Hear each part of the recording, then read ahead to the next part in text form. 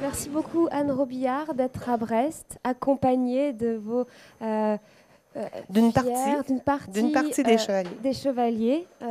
Des héritiers maintenant. Et oui, voilà, des héritiers qui font cette tournée avec vous. Alors Anne Robillard, pour vous présenter, je vais vous présenter, bien que j'imagine que le public ici vous connaît déjà plutôt bien. Vous avez grandi en tout cas dans le monde de la magie des arts et de la scène. Vous avez été pendant plusieurs années secrétaire juridique, ce qui est assez étonnant.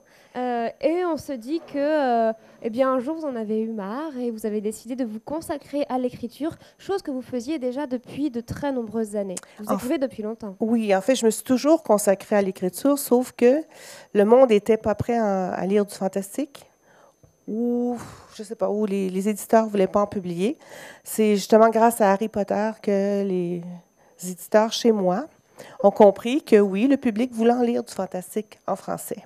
Pendant longtemps, chez nous, au Québec, on voulait juste avoir de la littérature du terroir, ce qui est l'histoire du Québec, les premiers temps de la colonie. C'est tout ce qui nous intéressait au début. Et avec Harry Potter, mais ils ont compris que les gens voulaient lire autre chose. Fait que c'est grâce à elle. J'aimerais ça lui dire merci personnellement un jour. À partir de là, je travaillais en même temps. Je travaillais dans un cabinet d'avocats en propriété intellectuelle. Ça m'a servi. Et quand j'ai plus été capable de faire les deux, d'écrire et de travailler, j'ai laissé tomber. Mais j'étais traductrice aussi.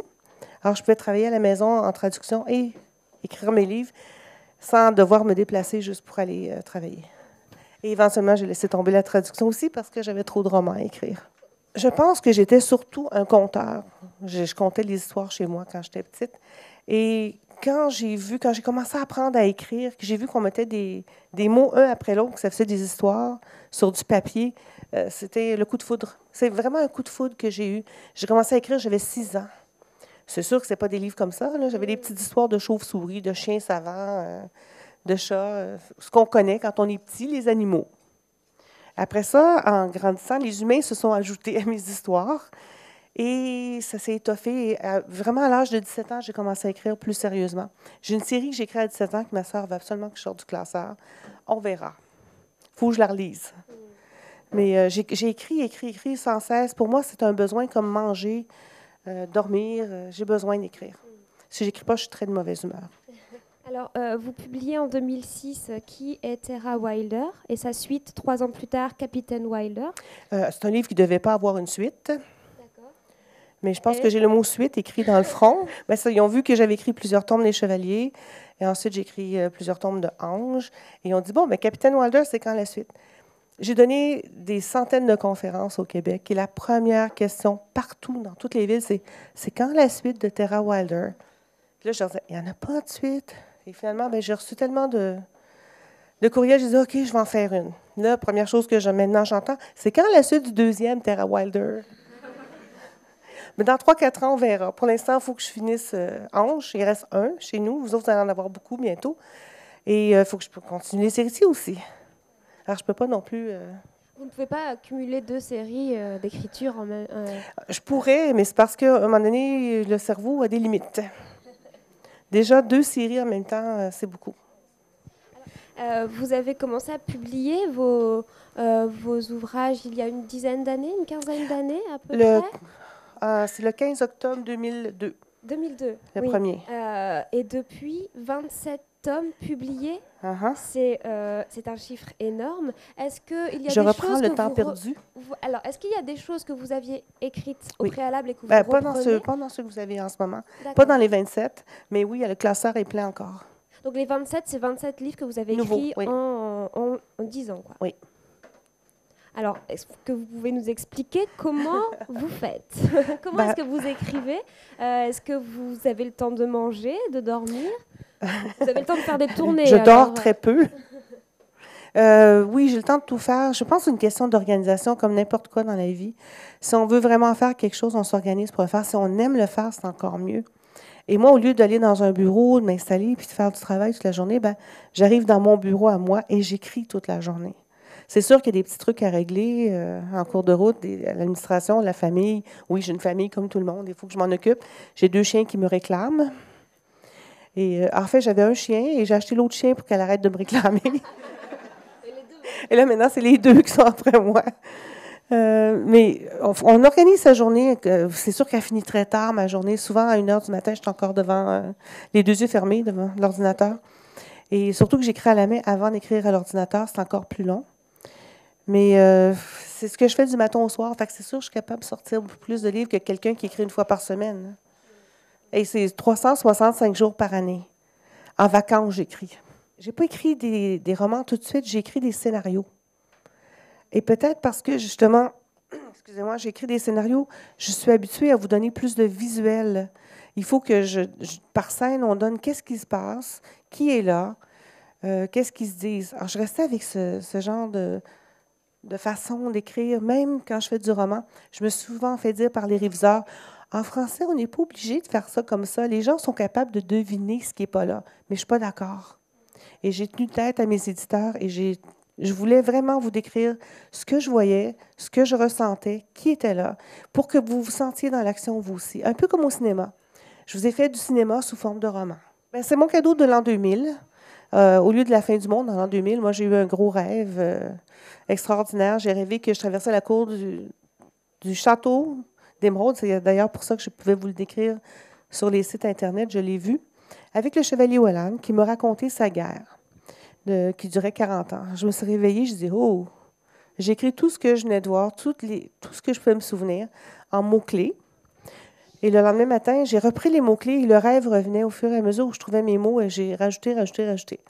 Alors, j'ai fait un peu comme beaucoup d'entre vous qui ont commencé à lire, qui n'ont pas été capables d'arrêter de lire. Moi, je commence à l'écrire, je n'ai pas été capable d'arrêter de l'écrire.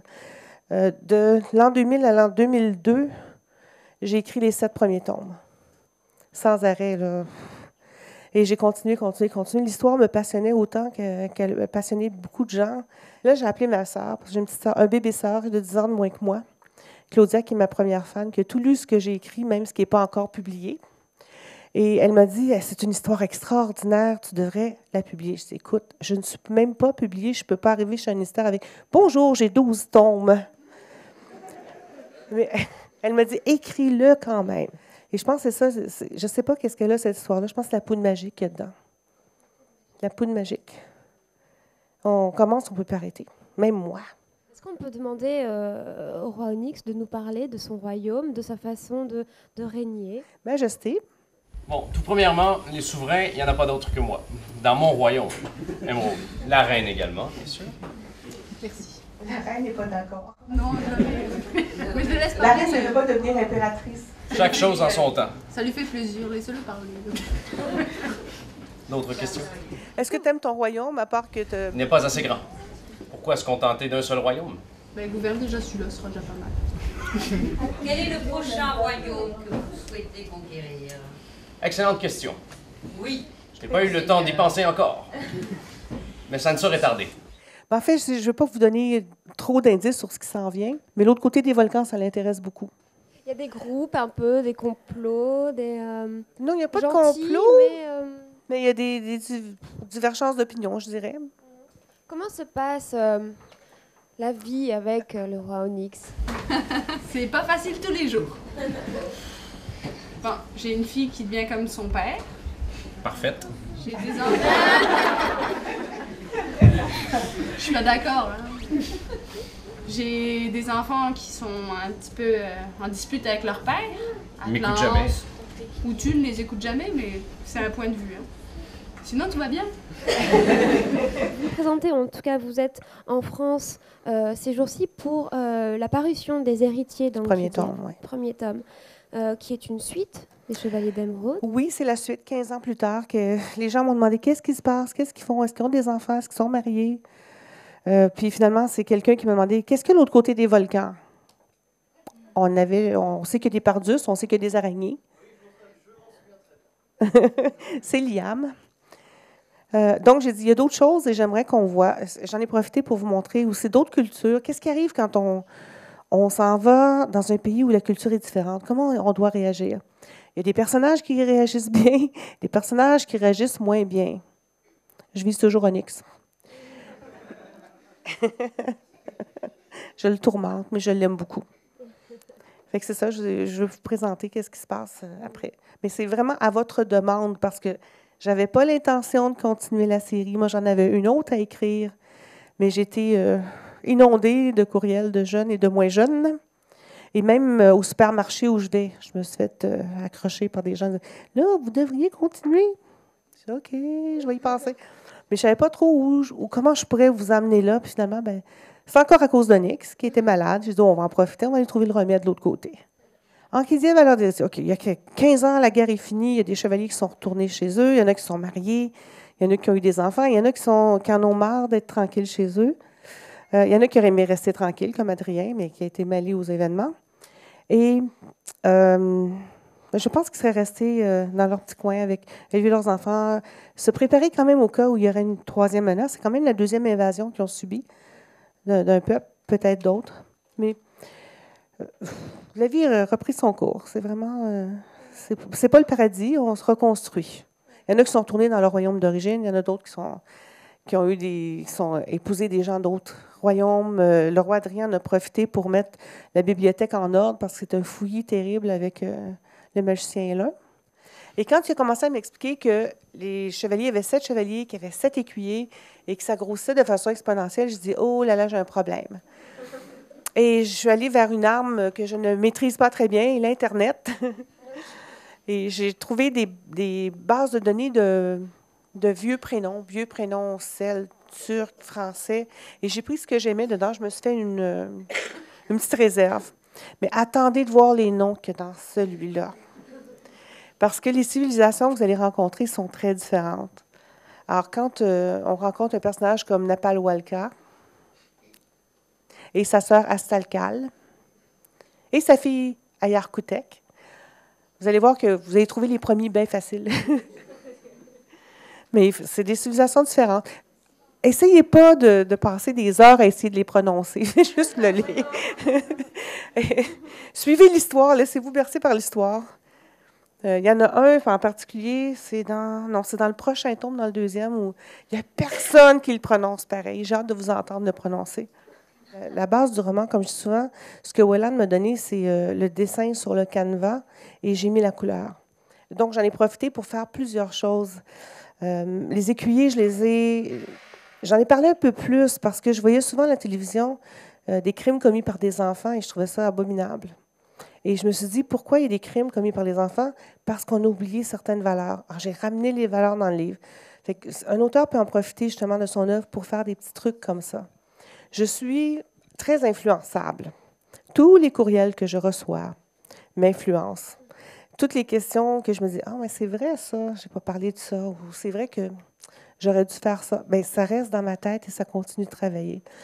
J'ai aussi les personnages qui me côtoient. Je les vois souvent. On a des discussions. On en a eu cette semaine, des discussions sur je laisse un sujet sur la table et ils débattent pendant que je mange. Et j'écoute. Et je prends tout ça en note. Alors que oui, tout ce que j'entends, tout ce que je vois, ça peut être une nouvelle à la télévision aussi qui me fait réfléchir. C'est, bon, qu'est-ce que je pourrais faire pour aider? La première, c'est le respect des aînés. J'ai vu beaucoup de cas de vieilles personnes qui sont bousculées par des plus jeunes et je ne trouve pas ça correct. Les vieilles personnes ont une sagesse qu'il faut écouter, qu'on ne possède pas, ils ont des conseils à nous donner.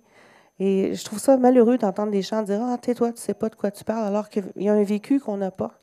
Alors, j'ai ramené ce respect-là des aînés. J'ai ramené aussi la hiérarchie, comme il y a l'écuyer, le chevalier, il y a l'immortel, le mage. Et... Non, le roi n'est pas complètement au-dessus, Onyx.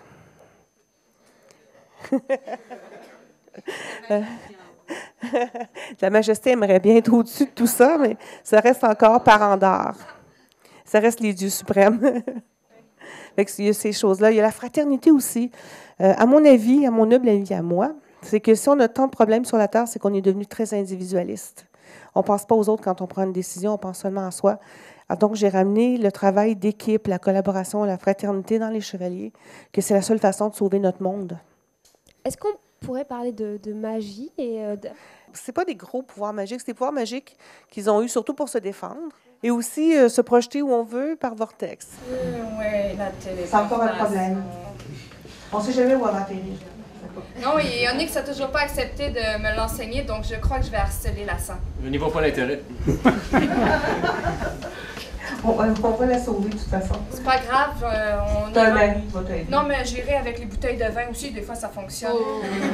Aussi, au niveau de la magie, on a des personnages magiques qui ne sont pas des humains dans le livre. On a les fées. Les fées ne servent pas de la magie comme les humains. Les fées, ils vivent vraiment dans la magie. Ils servent de la magie pour leur nourriture, pour se déplacer. Même, ils font disparaître leur château la nuit pour que personne ne le trouve. Ça, c'est une autre façon d'utiliser. Les elfes, c'est la même chose. Les elfes ont une magie différente, une magie plus près de la nature. Il y a la magie, certes, mais il y a aussi les armes. Et la lance et l'épée. Oui, mais on n'a plus besoin, Liam. La guerre est terminée. Alors justement, Liam, vous vous reconvertissez en forgeron. Pourquoi? Faut dire que je n'avais pas beaucoup de choix. C'était soit ça, soit aider ma compagne Mali à donner des cours. Il ne voulait pas donner de cours de danse. Voilà, ce qui me rapprochait le plus des armes, je crois que la forge, c'est ce qui me correspondait le mieux. C'est arrivé en 2005. C'est un promoteur d'événements médiévaux au Québec qui organisait les fêtes médiévales de la ville de Québec, du Mont-Sainte-Anne. Et qui m'appelle et me dit, vous ne me connaissez pas, j'ai lu votre livre et tous mes banquets, tous les soirs de cette semaine-là, ont un thème. Et j'aimerais avoir un soir avec le thème des Chevaliers d'Émeraude. Vous serez invité. J'ai dit, parfait. Et lui, ce qu'il a fait, c'est, au Mont-Sainte-Anne, c'est une auberge, et tout autour, il y avait des plateaux à l'extérieur avec des vikings, des elfes. Il a pris quelqu'un sur les plateaux, et ils ont déguisé en vert, puis il dit, bon, voici les Chevaliers d'Émeraude. Et il a invité les gens au banquet. Et je suis rentrée dans cette salle-là, je suis invitée, je suis à Québec, je suis rentrée dans cette salle-là, et il y avait une grande, grande table avec plein de flambeaux, puis les personnages étaient autour avec des gens qui étaient venus manger avec nous. Peu de gens connaissaient la série à ce moment-là. Et moi, j'ai trouvé ça magique d'être assise et de voir mes personnages qui mangeaient en même temps que moi. Et je me suis dit, ça serait formidable que j'offre la même chose à mes lecteurs. J'ai rencontré ces comédiens-là, j'aurais demandé, voulez-vous continuer avec moi?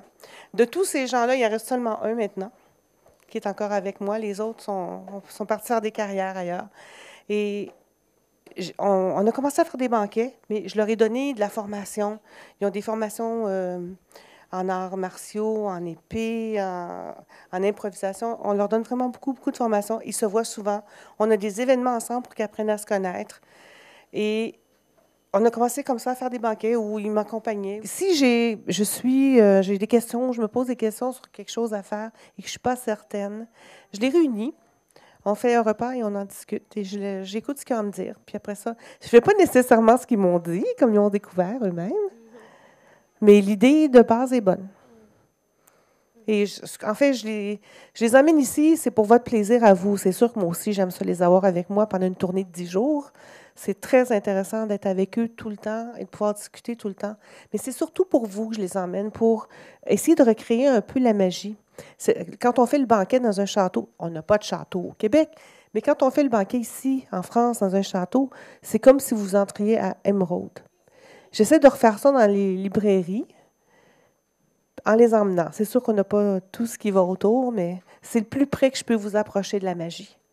C'est souvent comme ça, c'est des gens qui nous écrivent pour nous dire, bon, j'aimerais interpréter un personnage. Souvent, c'est un personnage que j'ai déjà, mais moi, j'ai la photo, j'ai le résumé de ce qu'ils ont fait dans la vie. C'est sûr qu'avoir fait de l'animation, du théâtre, ça aide beaucoup.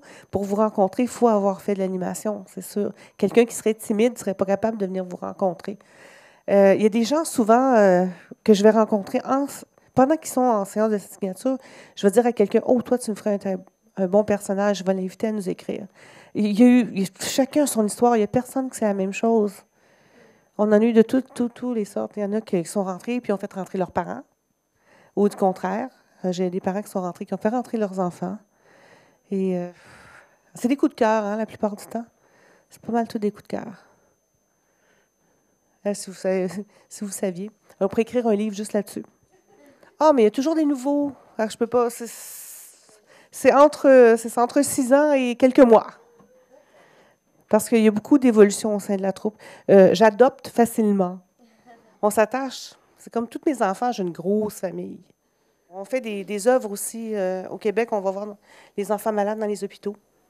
Puis il y en a qui étaient capables, il y en a qui n'étaient pas capables de voir les enfants malades parmi mes chevaliers. Mais il y en a qui sont restés avec moi, les plus durs. Puis c'est pas facile de savoir que les enfants qu'on voit, ils ne seront pas vivants dans 2-3 mois, là. Mais on leur apporte énormément de joie. On leur apporte des petits cadeaux, on jase avec eux, on s'assoit dans leur lit. On fait énormément de choses au Québec avec les chevaliers. Et ça roule. Et j'ai toujours des nouveaux. Les anciens, bien, c'est sûr que ce sont des fans à la base. Ce sont des gens qui ont déjà des métiers, qui ont des vies et qui vont faire autre chose éventuellement. Mais le temps, je dis merci au bon Dieu, le temps que je les ai avec moi. Le travail qu'ils font avec moi, le bien qu'ils font avec moi. Alors, l'incarnation, bien, ça, c'est ma plus récente. Incarnation en France maintenant et incarnation au Québec. Et on essaie de multiplier les liens franco-québécois. Et on apprend beaucoup d'expressions françaises qu'on ne connaissait pas. Oui, mais les chevaliers québécois commencent à être pas mal français. C'est un bel échange. Puis je pense que ça devrait être comme ça dans toutes les cultures, en tous les pays. On essaie de vous donner l'exemple. Venez nous faire un tour chez nous.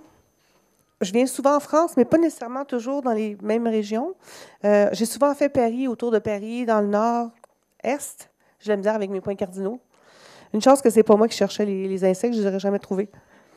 Mais je faisais toujours les mêmes endroits, puis là, j'ai commencé à vouloir aller ailleurs. J'ai des lecteurs partout et je voulais rencontrer les gens partout. Et on nous a promis de nous arrêter quelques minutes demain dans la forêt de Brocéliande. Mais j'ai eu beaucoup de demandes pour faire de l'animation, du film d'animation, et je ne suis pas d'accord, parce qu'il me semble qu'un héros, pour moi, c'est en chair et en os. Un peu comme Aragorn. Moi, j'ai lu quand j'avais 17 ans, et quand j'ai vu Aragorn... C'est ça que j'aimerais créer chez les gens qui lisent Les Chevaliers, c'est de les voir. C'est sûr que ce ne sera jamais exactement le visage que vous avez imaginé en lisant, mais ça peut être intéressant. Oui. Mais comme j'expliquais tout à l'heure en entrevue, c'est que aux États-Unis, contrairement à chez nous au Québec, on n'a pas besoin d'agent littéraire au Québec pour publier un livre, mais aux États-Unis, oui. Et cet agent littéraire-là fait aussi les démarches pour le cinéma. Si vous connaissez les sites Internet, c'est notre fenêtre sur l'univers et on va vous annoncer tout là-dessus. Vous parliez d'Internet, vous avez dit que vous ne maîtrisiez pas trop. Ah non, c'est pas moi qui fais. Non, c'est pas moi. C'est pas vous. C'est pas moi, non. J'ai même hâte de ne pas y toucher. Tout ce que je touche, c'est terrible ce que je peux faire à un Internet. C'est un mal nécessaire pour moi, un ordinateur, parce qu'il faut que je mette le livre sous forme électronique pour qu'il puisse être imprimé ou révisé. Mais non, je fais un malheur avec ça. Je brise des choses qui ne se brisent pas. Alors, c'est ma sœur et Mélanie qui s'occupent du site Internet. C'est qui remplace Karine, parce qu'on a une employée qui a eu un bébé Lala, un petit bébé. Et Karine est venue en France l'année passée avec nous. Elle ne savait pas qu'elle était enceinte. Fait que on a un petit bébé à moitié français. Avec ma petite sœur Claudia, maintenant, on est notre propre éditeur. Et elle s'occupe de tout. C'est elle qui fait des démarches avec, comme Michel Lafont, pour que je vienne ici. Ben, c'est elle qui a fait les téléphones et tout ça, qui s'est occupée de tout. J'ai Virginie qui s'occupe de répondre aux courriels, qui m'envoie les courriels qu'elle pense que je dois avoir absolument. Les autres, ben, c'est toujours quand est-ce qu'il sort le tome un tel. Fait qu'elle sait les dates, elle peut répondre. Elle s'occupe aussi de tous les costumes. Vous n'avez pas d'idée ce que c'est de... Premièrement, apporter ça du Québec. C'est lourd. Et elle s'occupe de ceux de chez nous. On a 40 comédiens au Québec. J'ai plus de sous-sol.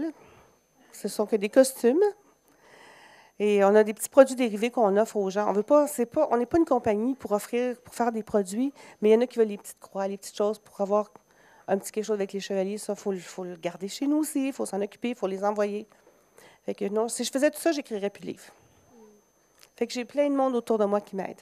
Depuis 2002, vous les avez ici. De 2002 à 2007, vous les aviez en librairie partout, sauf que c'était comment on appelle ça, un distributeur qui les donnait au libraire qui faisait ce qu'il voulait avec. Avec Michel Lafont, ce qui est bien, c'est que lui s'en occupe des livres. Il va voir où ils sont. Il va voir où ils sont placés. C'est quelqu'un qui s'en occupe. Ce qu'on n'avait pas avant, mais il était ici avant. Il y en a beaucoup qui m'arrivent avec les éditions du Québec qui ont pris à cette époque-là. C'est d'ailleurs parce que la fille de Michel Lafont a pris un livre une fois et l'a lu, qu'elle nous a appelé pour dire « Moi, nous autres, on veut faire ça en France et s'en occuper. » Fait que oui, puis la version québécoise, la version française, ça me fait beaucoup rire parce qu'il n'y a tellement pas de changement entre les deux. Puis j'ai un petit garçon qui est venu me voir pendant la tournée, il me dit « J'ai essayé de lire la version québécoise et j'ai rien compris. » Ben, j'ai dit, ben, prends pas le temps de lire la française parce qu'elle est pareille. C'est vraiment quelques mots, mais c'est pointu. C'est les réviseurs qui me disent, « Oh, madame, on ne dit plus rouspéter en France. » Beaucoup d'entre vous m'ont dit que c'est pas vrai, que vous le dites quand même. Mais on a des archaïsmes. On est resté avec du français, on a été séparés de vous à partir de 1500. Donc, il y a des mots que nous, on n'a pas changé, que vous avez changé, qui ont évolué ici. Fait que c'est des petites choses de rien du tout qui sont changées dans les chevaliers. Il y a beaucoup plus de changements dans Ange, parce que Ange est plus québécois au niveau des expressions. Donc, il me change des expressions. Moi, j'ai beaucoup de plaisir à lire les nouvelles expressions françaises dans Ange. Mais non, les chevaliers, vous pourriez le prendre... les virgules sont changées. Et pour ceux qui s'intéressent, si vous voulez faire dédicacer vos livres par les personnages, même Onyx, ils vont dire oui, ils vont être très gentils. Tu vas le surveiller. Mais ils sont là pour vous. La seule chose que je vous demande, c'est de ne pas les ramener à la maison avec vous. J'en ai besoin. Merci beaucoup, Merci. en tout cas, Anne Robillard. Merci à vous Merci. également. Merci aux héritiers et aux chevaliers.